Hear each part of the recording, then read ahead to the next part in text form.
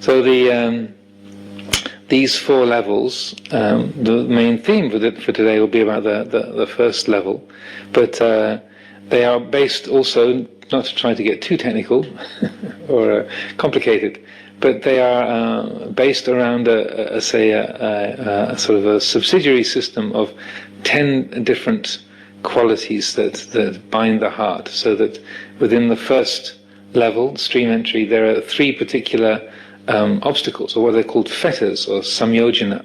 So a fetter is like handcuffs or manacles or things that tie us down, things that keep us limited. So we start out as an ordinary human being, as a worldling, as a patujana, with 10 fetters. So as if we got sort of handcuffs. Our ankles are manacled. We've got something around our neck, a waist restraint, and a few others, so that we're manacled, we're held down, we're bound in 10 different ways. These 10 fetters. So for the level of stream entry, the three fetters that make up the sort of fundamental forms of bondage are, first of all, personality view, sakaya ditthi. That means absolutely a man, I'm absolutely English, I am, being 56 years old is an ultimate truth, in my case. So this is self-view, or sakaya ditthi. And so that is, the first of the fetters, the kind of root obstacle. Then the next is silapata paramasa, which often is translated as something like attachment to rites and rituals, or to rules and observances. Silapata paramasa literally means something like the incorrect holding, or the inappropriate fondling of virtue. It's an interesting picture. So it's like taking hold of virtue or practices or also religious traditions or customs of any kind, and then clinging to them or identifying with them. So silapata paramasa. And then the third obstacle is, or the third fetter, is that of doubt, vichikicha. And in this instance it means doubt about what is the path and what is not the path. So those constitute the three fetters that obstruct the entry into the stream, that obstruct the breakthrough. And once those three have been broken, I'll talk about more about this in due course, then there's still 7 more. 7 more fetters. So you've got like one set of handcuffs off, and you've got one set of anklets off, but you've still got 7 more systems of bondage to go. So the next level, the sakadagamin, is a weakening of the qualities of sense desire, kama raga, and then of ill will, vyapada. So for a stream enterer can still experience desire and aversion, and then the next level, then those are seriously reduced.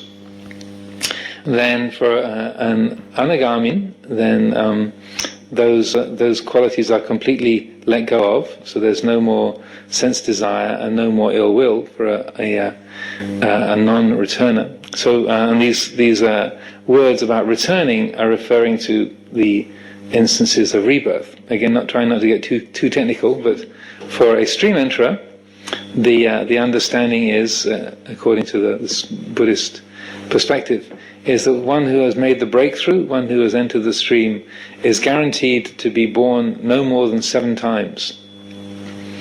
And also those 7 births are guaranteed to be either in the human realm or in the deva realms, in the higher realms. You can't be reborn in the animal world or in the hell realms or as a hungry ghost. So in terms of Buddhist mythology, so that, as they say, that the gates to the lower realms are closed. One who has made the breakthrough to the Four Noble Truths, one who has entered the stream, the gates to the abhayamukha, the lower realms, the gates shut and the key is thrown away. So this is one of the reasons why the Buddha emphasized this is a really useful a useful change to have made in our life. It's a highly significant shift. It's a very significant point. Also because it's a point of no return, that once that level of insight, that level of understanding spiritual maturity has been reached, then full enlightenment, total enlightenment is guaranteed within the next 7 lifetimes. So that's I would assume, if you are picking up on the mythology, that's a very attractive proposition, right? Very appealing. So then Sakadagami means one who is a once returner, so that because of that greater level of refinement, then such a being is going to be enlightened with no more than one return to the human realm, to the coarse realm of the humans, or the going around in the human form one more time. An anagami, a non-returner, means that if someone reaches the level of anagami in this lifetime, then when they pass away, then they will be reborn in one of what are called the Suddhavasa, or the pure abodes, or what in later Buddhist schools became the Pure Lands in Northern Buddhism. What Pure Land Buddhism is somewhat different, but it's based around this idea of you're born in these extremely high heavenly realms, and that you reach guaranteed to reach arahantship from those higher realms. So again, extremely popular. The idea of becoming an anagami, have a really long retirement in a really, really nice place, and then you pop off the wheel afterwards. So some of you might be thinking, well, ending rebirth, it might be a bit forbidding, or like, oh well, I'm not quite sure if I want to say goodbye to everything just yet. But that's why the Pure Land Buddhism became very popular. A nice long, long holiday and a very, very spiffy retirement home. As many tens of thousands of eons, and then pop off the wheel from one of the pure abodes. And then arahantship is the ending of rebirth. So if a being reaches arahantship, and then at the end of this life, as when this human life comes to an end, then there is no more birth in any realm of being. There's complete liberation. Considering stream entry is, in our society, particularly in these days, we get very conditioned to thinking that we want the best, we want the most pure, the finest, the most, as Luang Por Sumedho would say, the most ultimatist, the most extremely perfect and most excellentist. This sort of hyperbole. The mind is always attracted towards this sort of the highest possibilities. And so when you read stories about enlightenment, or you hear of the quality of an arahant, an arahantship, we think, yes, well, that's the point of it all. That's what we're aiming for, and yes, that's the only thing that's really worthwhile. But then, when we begin to practice and try to train the mind, we can feel completely daunted and overwhelmed because of thinking, this is way beyond what I'm capable of, and so that we aspire to that goal. But then we sort of pick up the highest possible goal and think, yes, that's what I want. That's what I want to aim for. And which is a noble and beautiful aspiration, but then we're rather like thinking, I ought to do more exercise, and then think, okay, well, I'll sign up for the marathon. Very well, yes, it's good to aspire to fitness and to well-being, but maybe before you sign up for the marathon, you maybe want to kind of go out and jog around the block first of all.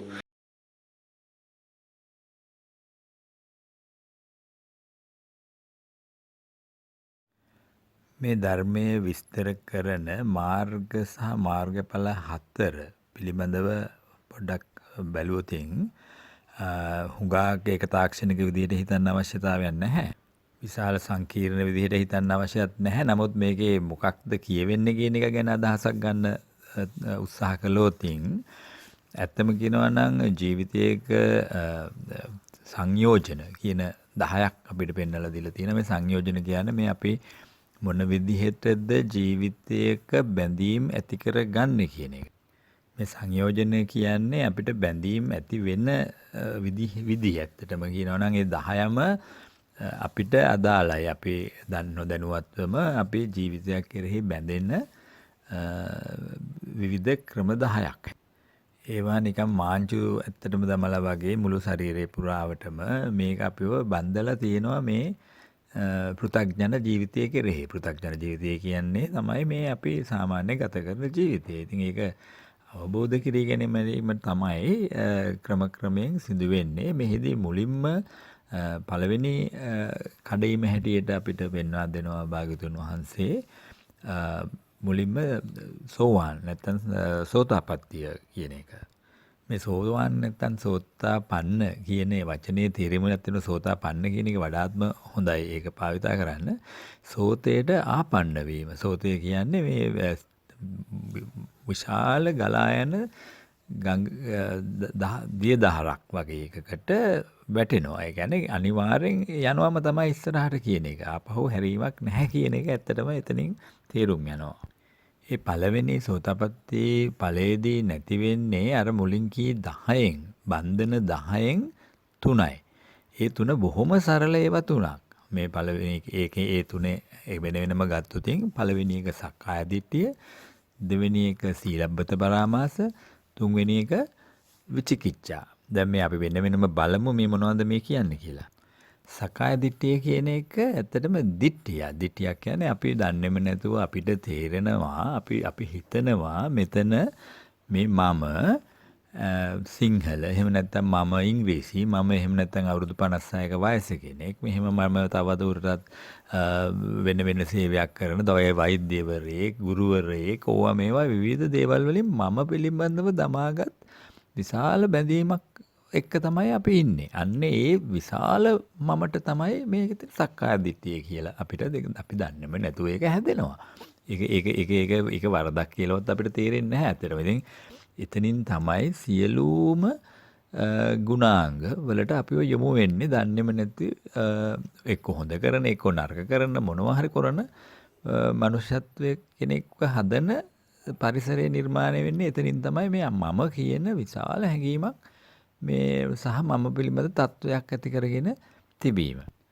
දෙවෙනි එක හැටියට කිව්වේ සීලබ්බත පරාමාසය. මේ වචනයෙන්ම කියවෙන්නේ සීලබ්බත කියන්නේ සීල අපි නොදැනුවත්ව විවිධ ක්‍රමවේද ගැන විශ්වාස අපේ සිතේ ඇති වෙලා තිනවා අපිට යහපතක් වෙයි කියන ඒවට. ඒවා හොඳ වෙන්න පුළුවන් නරක වෙන්න පුළුවන් මොනවා හරි විවිධ ක්‍රම. දැන් උදාහරණයක් හැටියට කිව්වොත් දෙවියන් කෙරෙහි විශාල බැඳීම. ඒ බැඳීම් වලින් අපිට යහපතක් වෙයි කියලා අර ඉන්නවායි කියලා ගත්තු මම කියන රාමුවට සේවයක් වෙන්න කරන දේවල්. කොටින්ම කිව්වොත් අපි විශාල වශයෙන් පන්සල් යෑම කියන එක පවා ඒ ගණේට තමයි වැටෙන්නේ. මොකද මේ ඒක මතභේදයට තුඩු දෙන්න පුළුවන්. නමුත් ඇත්ත එතනයි. ඒ කියන්නේ අපි නොදැනුවත්වම අපිව රකින්න ක්‍රම වේද අපි ගොඩනගා ගන්න බලනවා. ඒවා තමයි සීලබ්බත පරාමාස කිව්වේ. ඊවගාව එක හැටියට පෙන්නලා දෙන්නේ විචිකිච්ඡාව නැති වෙනවා කියන එක. මේ විචිකිච්ඡාව කියන්නේ ඇත්තම සැකය ධර්මයේ කෙරෙහි බුදුන් කෙරෙහි තියෙන සැකය. ඒ කියන්නේ මේකෙන් කරලා මට මෙතනින් ඇත්තටම දුක කෙලවර වීමක් වෙයිද වෙන්නත් පුළුවන් නොවෙන්නත් පුළුවන්. අපි මීට වැඩිය වෙන දේවලුත් තියෙන්න පුළුවන්. ඒ වගේ විවිධ කිසි කියන්නේ කෙලින්ම මේක 100%ක්ම වෙනවාය. ඒ කියන්නේ දුකෙහි ගැලවීම මේ ක්‍රමයෙන් වෙනවාය කියන විශ්වාසය කියන එක විශ්වාසය කියන වචන පාවිච්චි කරාට ඇත්තටම ඒක තමන් තුලින්ම ඇති වෙනවා කිසිසේත්ම නොවෙන්නක් නෙවෙයි මේක. මේක වෙනවමයි.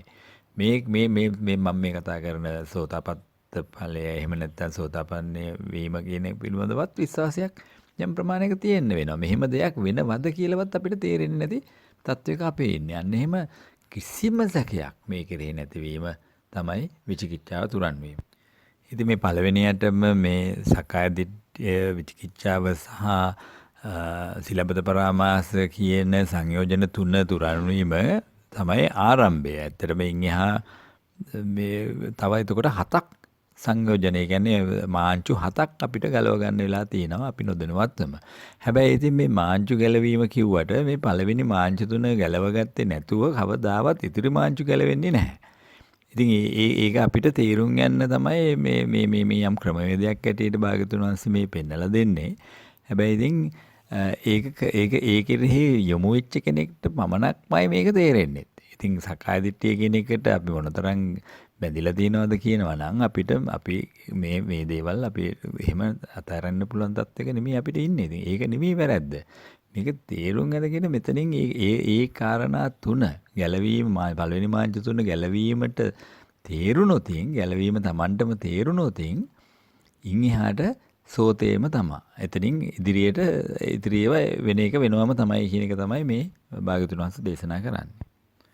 ඉතින් මේ මාංචු තුන ගැලෙවට පස්සේ ඊගව පියවර හැටියට තියලා තියෙන්නේ සකු르දාගාමී කියන එක. සකු르දාගාමී කියන தત્ත්වය ඇත්තටම බුලුවන් වුණොත් අර මාර්ග තුන ගලවන්නෙක්ට එයාට ඉතිරි වෙලා තියෙන බව තේරෙනවා. එයා තුල කාමරාග සහ පටිඝ.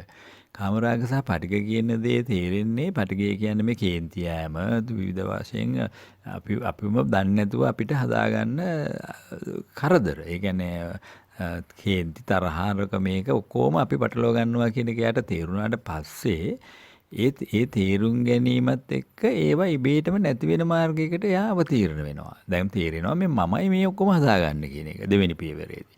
ඒතර මම හදාගන්නවා නම් මම මොකටද දුක් වෙන්න මේවා හදාගන්නේ කියන තැනදී එතන ඒ සකු르දාගාමී කියනකේදී කියන තත්වයකදී ඒ දෙක ගැලවෙන්න ඉඩ තියෙනවා. කාමරාග කියන එකෙන් තේරෙන්නේ අර විශාල වශයෙන් කාමයේ කෙලෙහි නැඹුරුවීමක් වෙනවා නම් ඒනොත් මටම දුක හදනවා නේද කියන එක. කොටින්ම දුක හදනවා නේද මේ නොදැනුවත්කම නිසා කියන අවබෝධයේ එක්ක අර කාමරාග සහ පටිඝ වලින් ගැලවෙන්න පුළුවන් වීම.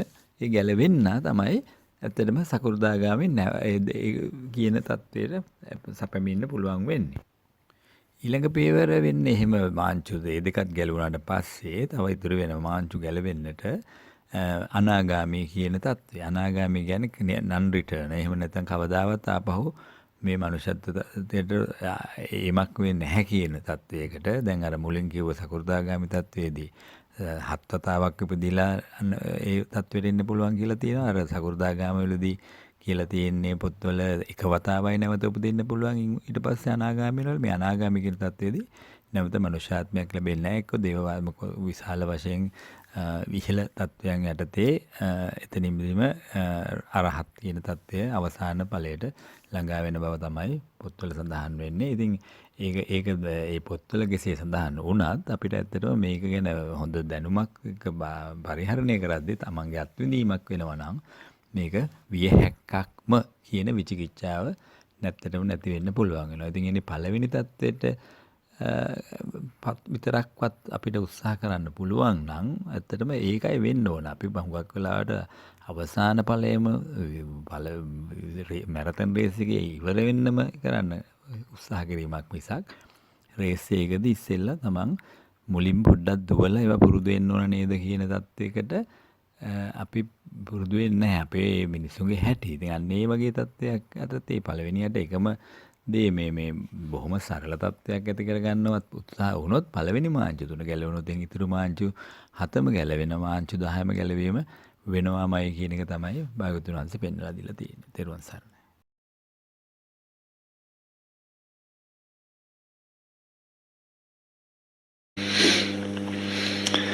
So when an anagami is one who is completely free from sense desire, completely free from ill will and from the lower fetters, but they still are subject to the five most refined of the fetters, the five last samyojana, and these are the desire for or the enjoyment of, or the delight in the states of concentration based on form, so what's called rupa raga, so that the bliss of jhana or deep meditation based on form, so like absorption into an object, and say that the blissful qualities of the mind in deep meditation. Then arupa raga, which is a notch even higher, so that the attachment or relishing the enjoyment of concentration is based on a formless, methodology or a formless meditation, what's called the arupa jhanas. So very, very refined states of meditation. So those are only dropped when arahantship is reached, so that even an anagami can be attached to blissful states of meditation. And then the last three are very interesting. The last three are asmi mana. Asmi is the Pali word for I am. And mana is the word for conceit. So asmimana means the conceit of identity, or just the feeling of I am, or I amness. So, say, and I'll talk about this a little bit later on as well, but where Sakaya Ditti is a very coarse level of identification of I am the body, I'm the personality, I'm a man, I'm a woman, I'm old, I'm young, I'm English, I'm Sri Lankan, I'm Thai, I'm Slovenian, etc., etc. You know, I'm a monk, I'm a doctor, I'm a failure, I'm a success. All those. The asmimana is just the I am without all the rest. Just the I, me, my feelings. So it's a whole different strata, a whole much more subtle strata of identification. So then, so asmimana, and then strangely enough, the ninth fetter is restlessness, udacha.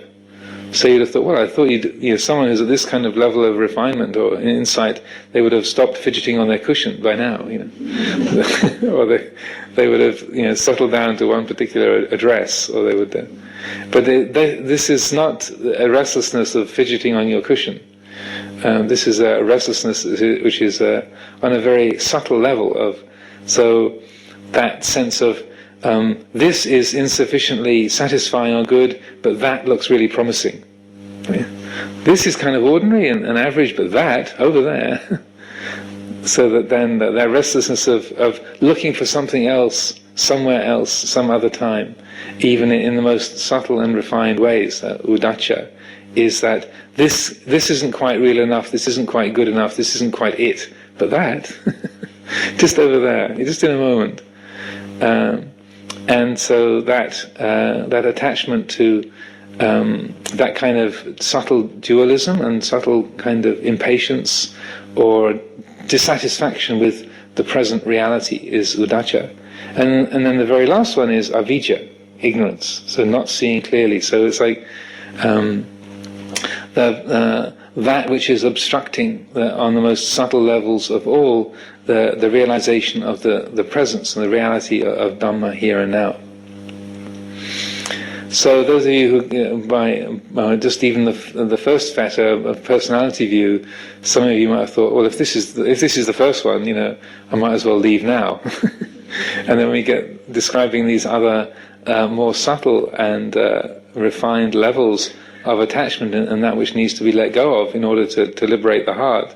Then you might think, well, why bother? I think I'll just go back to the pub. It's still a few hours before closing.